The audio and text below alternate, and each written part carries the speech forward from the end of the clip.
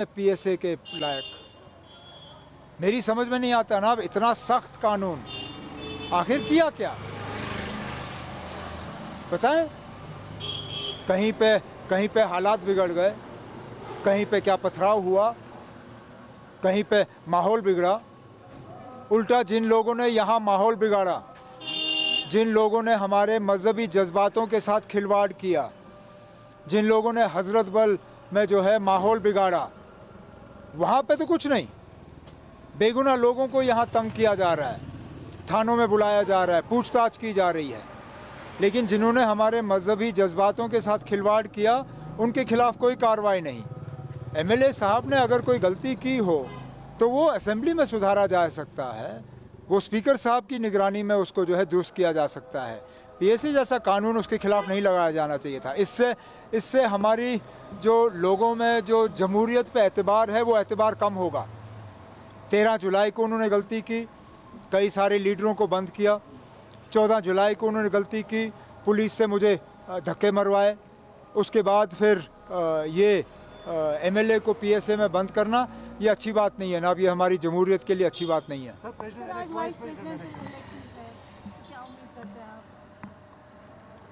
इसमें उम्मीद की क्या बात है ना। अब हम वोट डालेंगे और फिर देखते हैं नतीजा क्या निकलेगा, और क्या कर सकते हैं। इसमें हमारे वोट तो सिर्फ कम ही हैं, क्योंकि समझ में नहीं आता। 10 महीने होने जा रहे हैं हमारे असेंबली के इलेक्शंस को, 11 महीने लगभग। हमारे राज्यसभा की सीटें आज खाली क्यों हैं? हमारे 4 वोट और होते, हमारी और आवाज़ वहाँ पे मजबूत होती, हम बात कर पाते। वहाँ जो एमपी को सीडीएफ मिलता है, एमपी लैड्स का पैसा, वो यहाँ पे इस्तेमाल हो जाता। समझ में नहीं आता मरकज़ और इलेक्शन कमीशन वाले किस चीज़ का हमसे बदला ले रहे हैं कि हमारे राज्यसभा के इलेक्शन नहीं हो रहे हैं। हमारे कम ही वोट हैं लोकसभा में, लेकिन चलिए हम अपना वोट डाल देंगे वहाँ पे। ओके। गिरफ्तारी पर उन्होंने ये कहा है कि क्या ऐसा जुल्म महराज मलिक ने किया है जो पीएसए के तहत उन पर मामला दर्ज किया गया। आखिरकार इतना बड़ा एक्ट ये नहीं लगाना चाहिए था। मुख्यमंत्री उमर अब्दुल्ला का कहना है कि अगर ऐसा होगा तो लोकतंत्र पे से लोगों का भरोसा उठेगा। महराज मलिक पर पीएसए लगाना गलत है, उमर अब्दुल्ला की तरफ से ये कहा गया है। इसके अलावा भी तमाम मुद्दों पर उन्होंने बात की है। उन्होंने कहा है कि ये सरकार की तरफ से गलत किया जा रहा है। 13 जुलाई को भी गलत किया गया था जब तमाम नेताओं को बंद किया गया था। 14 जुलाई को भी जब उनको धक्के मरवाए थे तब भी गलत किया गया था। ऐसा उनकी तरफ से मुख्यमंत्री उमर अब्दुल्ला की तरफ से कहना है, और उनका कहना है कि बेगुनाहों को परेशान यहां पर किया जा रहा है, जो कि गलत है। पीएसए के तहत मामला दर्ज नहीं करना चाहिए था। अगर डोडा विधायक महराज मलिक की तरफ से कोई गलती हुई है तो उसे असेंबली में सुधारा जा सकता था।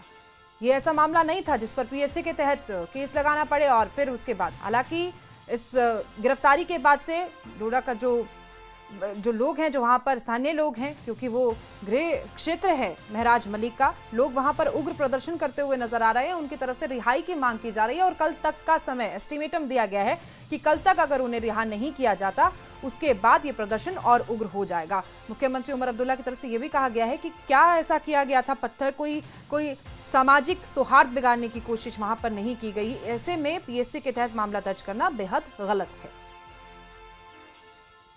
महराज मलिक की गिरफ्तारी के बाद से सियासत भी गर्म है। महराज पर पीएसए लगाने को लेकर सवाल उठ रहे हैं। आम आदमी पार्टी नेता संजय सिंह ने कहा है कि अगर किसी कानून का उल्लंघन किया है तो उसकी धाराओं में कार्रवाई होनी चाहिए, लेकिन पब्लिक सेफ्टी एक्ट लगाना सही नहीं है। आम आदमी पार्टी महराज मलिक के मुद्दे को सड़क से लेकर हर स्तर पर उठाएगी। आपको बता दें कि चुनावों के बाद से पहली बार किसी नेता के ये पीएसए के तहत ये मामला दर्ज किया गया है।